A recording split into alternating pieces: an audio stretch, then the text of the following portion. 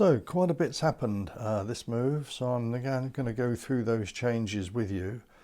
The first thing is, I have to admit, I seem to have messed up on the artillery very slightly, in so much that I don't know where I read that it takes for every one marker, ammo marker to be removed, it takes 2 figures. That's not the case, it's 1 per figure. So in fact both artillery pieces are now loaded and ready to fire. Now the main thing that's happened is here. There's been a bit of a firefight. This unit here came forward, and this unit, which was in extended order, went into close order and made a formation ready to fire volley fire. Unfortunately for them, the Brunswickers and the Grenadiers opened fire first, and both of those units fired on this unit when they were here, and they took 2 casualties and then had to withdraw. So they've withdrawn and are shaken. The other unit of Continentals over here opened fire, and in fact their firing hit both the Grenadiers and the Brunswickers, and although they actually didn't cause any casualties, they didn't have a very good throw at all, it did force there was a poor morale throw for the Brunswickers, and they fell back also shaken. So as you can see, the British and the Brunswickers are now unloaded, and so are the Continentals over there. The near Continentals that are shaken are fully loaded, so if they can manage to roll a reasonable reaction dice to take the shaken marker away, they could do one more thing. They could either fire, but they're a little bit too far away to do any damage, or they can move forward and then fire when it is their turn. They're certainly going to be able to fire before the British are ready to fire. So although the Americans have lost 2 there, if this unit does well, it could turn things round. Elsewhere, the other main thing is up here. The infantry here that were facing in this direction have now turned to face the Continentals in the wood, and they're obviously going to be firing volley fire on those in a minute. At the moment they're still unloaded, so they can't do anything. The other British light infantry and Butler's Rangers are all loaded and ready to go. So it's all going to happen this move. And I think that, incidentally, the last thing was that the Continental Cavalry over here, they had to do a forced reaction test because the morale card was played. They were forced to go back on 1 move, and they're shaken. So forced to go back, they had to retire, and is shaken as well. So they're not looking very happy at all. We need to get these, the Americans need to get these Minutemen into a better position. These guys here, don't forget, have got long rifles, and at the moment they are in rocky ground. So they need to be moved up to start to be effective. So what I thought we would do, because I've been doing the moves myself and just coming back and telling you what's happened, I think I will do a move just to go through everything that's going to happen. It could be interesting. Right, so it's the Americans' move. They're going to move their irregulars first, which are the Minutemen here and the guys in the wood. Well, first of all, those 2 are both going to reload, so that's quite straightforward.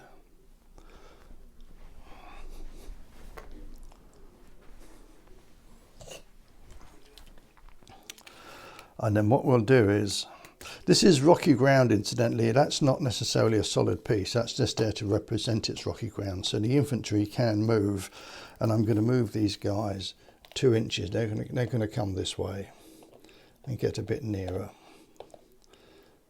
to those British. Yeah, I'll put that one back there now. So all of that area is rocky ground. That doesn't represent a solid piece. So I can move the terrain around so that they can open fire that way next move if they wish. And these guys will just move up and the officer will move up with them. So that's the American turn.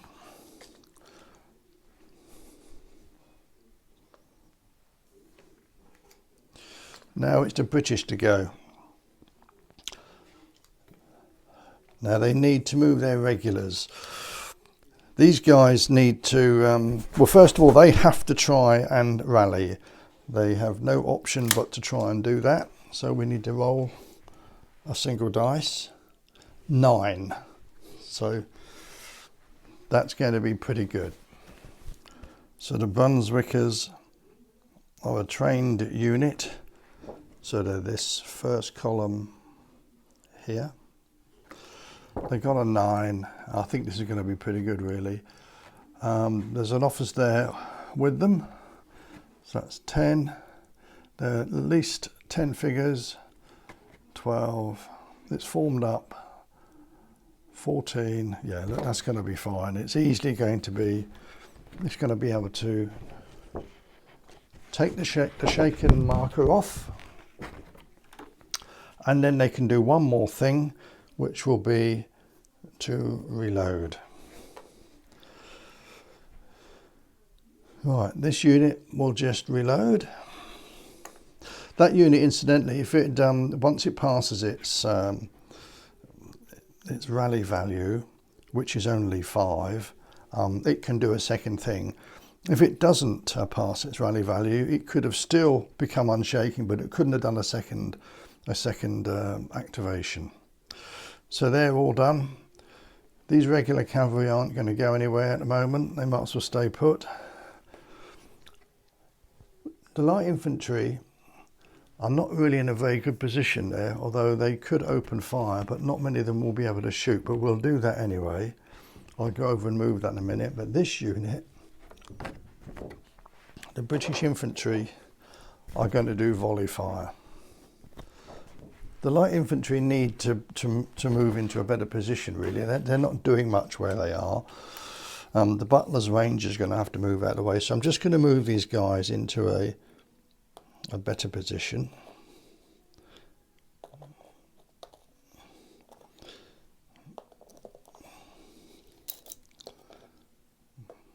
Right, so there we are. That's their move. This formation, they are within 16 inches and they're going to open fire, and the units that they're going to fire on, yeah, they can just about see the officer as well. So all of those 5 and the officer. Let's do the officer first. Don't forget they're hitting on 0s and 1s because cover doesn't count against, or light cover doesn't count against volley fire. So a 3, so that's a miss. The officer is safe. And now the other 5 guys, they all completely missed. So no effect there, on no casualties anyway. However, they have been shot at by volley fire, so they have to do a reaction test just to make sure they don't run off. So we do the officer first. That's a 5. So the officer gets 1 point for being an officer, and they lose 2 because it's testing against volley fire. So it becomes that 5 goes up to 6, then comes back down to 4 again. And he's a skirmisher. So if you look on here, 4 skirmisher, he must recoil and shaken. So he has to go back.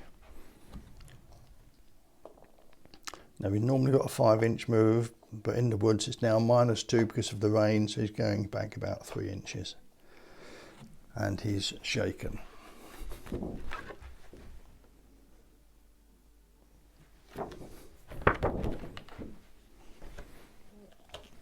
And now the other unit will have to test as well, and unfortunately they've rolled a 2. The officer is still within 6 inches, so they gain 1 for that. But they lose the -2 for... So So they go up to 3, -2, they're down to 1. And this is probably not very good. See, that's a very bad roll.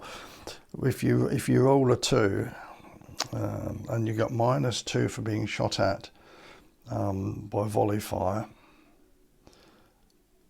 then it's not going to be good news, is it? So it's got flight. It's a skirmisher. So they flee. So they do a full move away from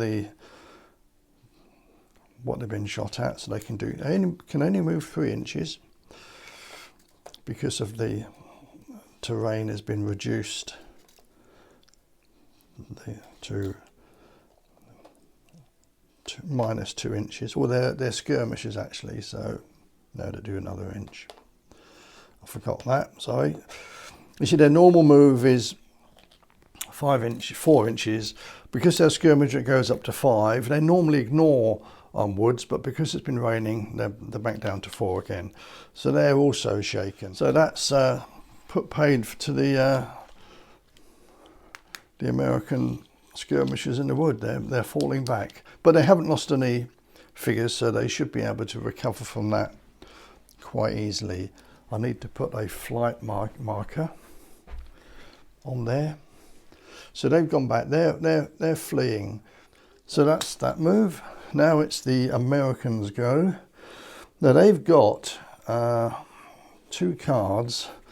They've got the blue forward boys,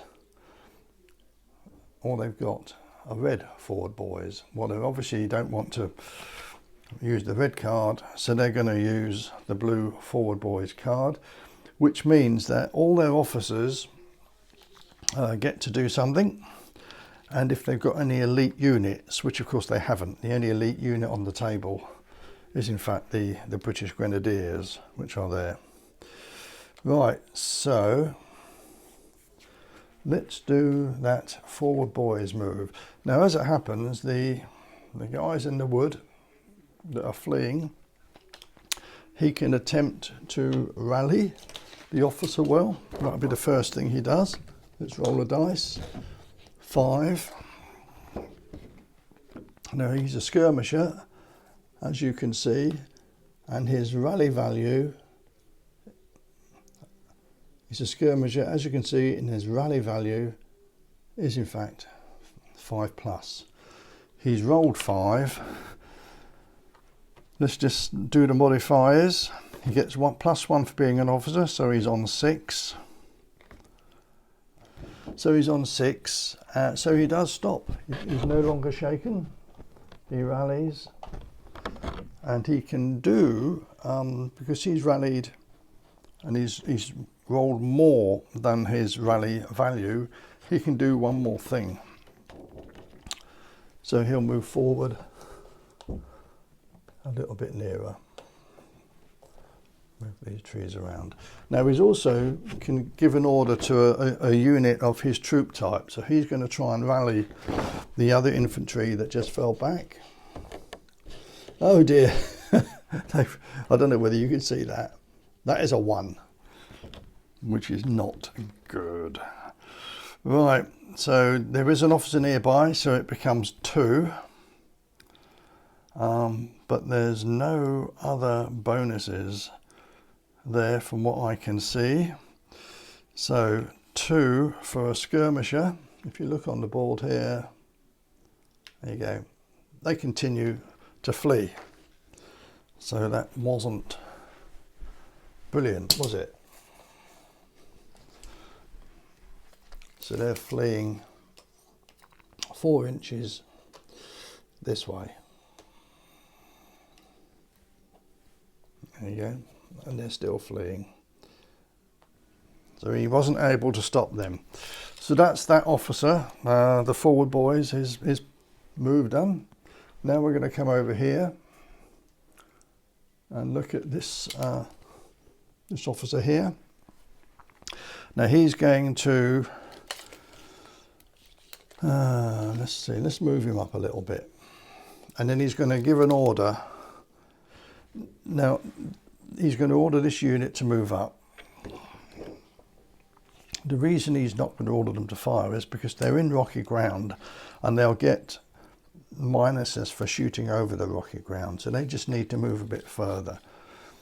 So it's -2 for rocky ground, so you can only do a 2-inch move. There we go.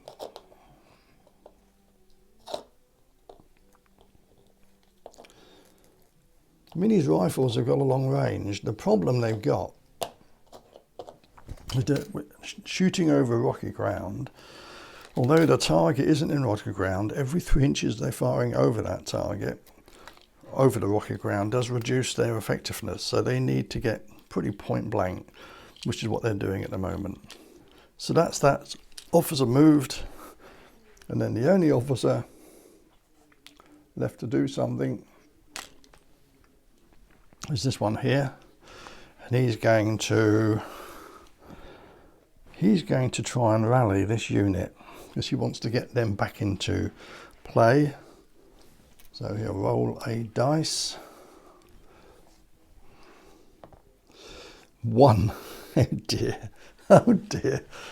You see what I mean about my dice rolling? It's completely rubbish, isn't it? Oh, sorry about my wires. This wire from my mic keeps getting in the way. Sorry about that. So let's have a look. They've got an officer nearby. They get 1 for that. The unit is formed up, so they're on 2 now. That's now they're on 4. Any minuses? Nope, there's no minuses. So it's 4, and these are recruits. So you can see on here, they need to get a 6. Unfortunately, they didn't. But it does mean they can still rally, they just can't do anything else. So they've managed to, they're no longer shaken, they've actually rallied. Right, so that's the American move. Now we're going to go back to the British.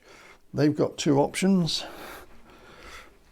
They've got a irregulars, sorry, and an irregulars blue card, but they won't want to play the blue card. So they're going to use their irregulars red card, which is Butler's Rangers, over in the wood.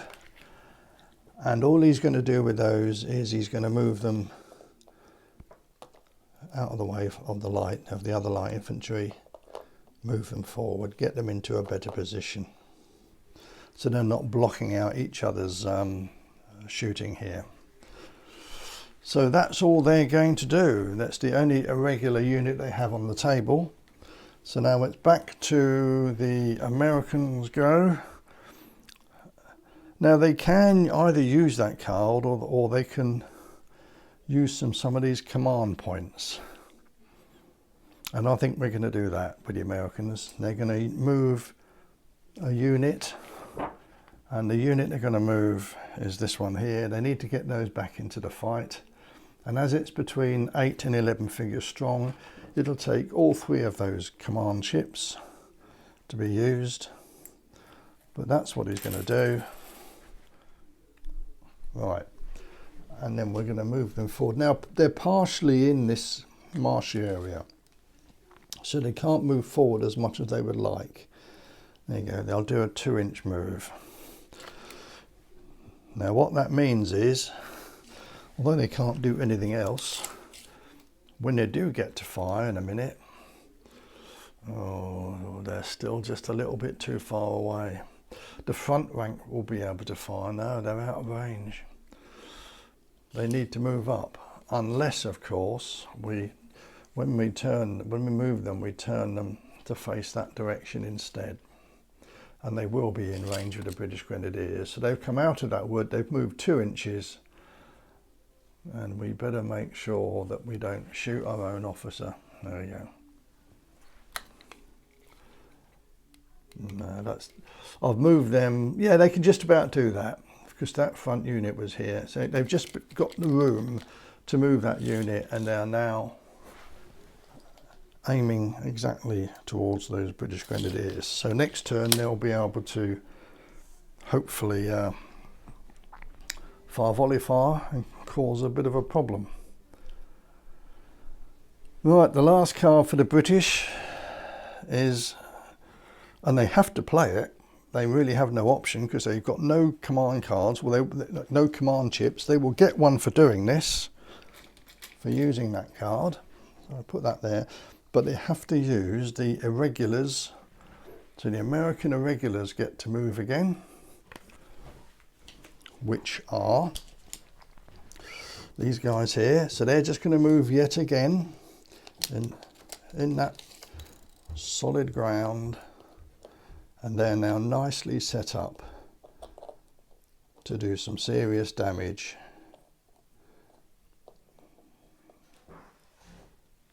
to this unit when it does move next time.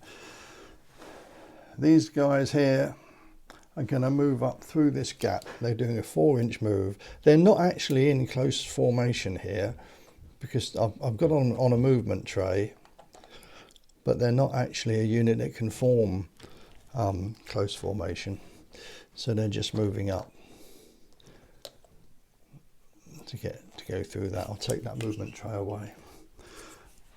They're just moving up to go through this gap between the rough ground and the wood to give these guys a bit of grief. The other two irregular units, which are the 2 skirmishers, I'll try and rally that unit that's running away. Let's see what I roll. Naught. Dear, oh dear. Dom, I hope you're watching this. I've got a mate called Dom I play with a lot. You might know him as Gamer Dom. He's online as Gamer Dom. Well, he will think that hilarious that I've failed again to do anything, and these guys now are running 5 inches this way. They're not happy at all, are they? They're almost, they're still fleeing. The other unit that can do a move is this one here, and they're in the wood, and I think, although they can shoot at these, it's going to be at long range. I think they'll move up. They can do a 4-inch move in those woods.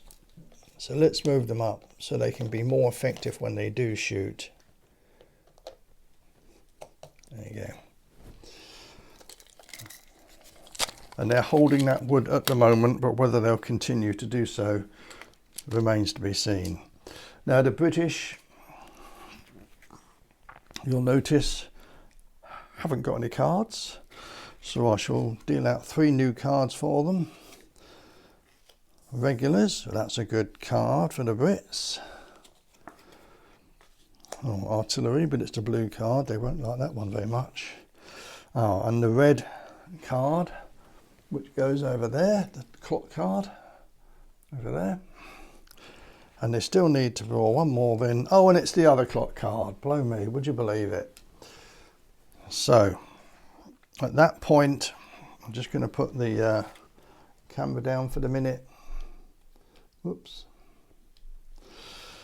At that point, the only cards that don't get shuffled are the ones that are already being used, but everything else goes back into the pack and we do a complete shuffle. And that is the end of the second part of this game. So I'll just shuffle these cards, make sure they're nice and shuffled up.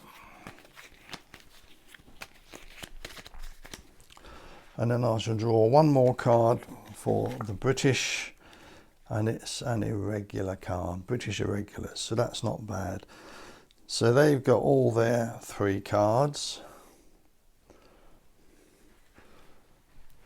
It will be the Americans' turn, which I'll now do tomorrow because I'm not doing any more moves today. And they will get 3 cards as well, of course, when they've done that. So I'll put the fresh pack down here.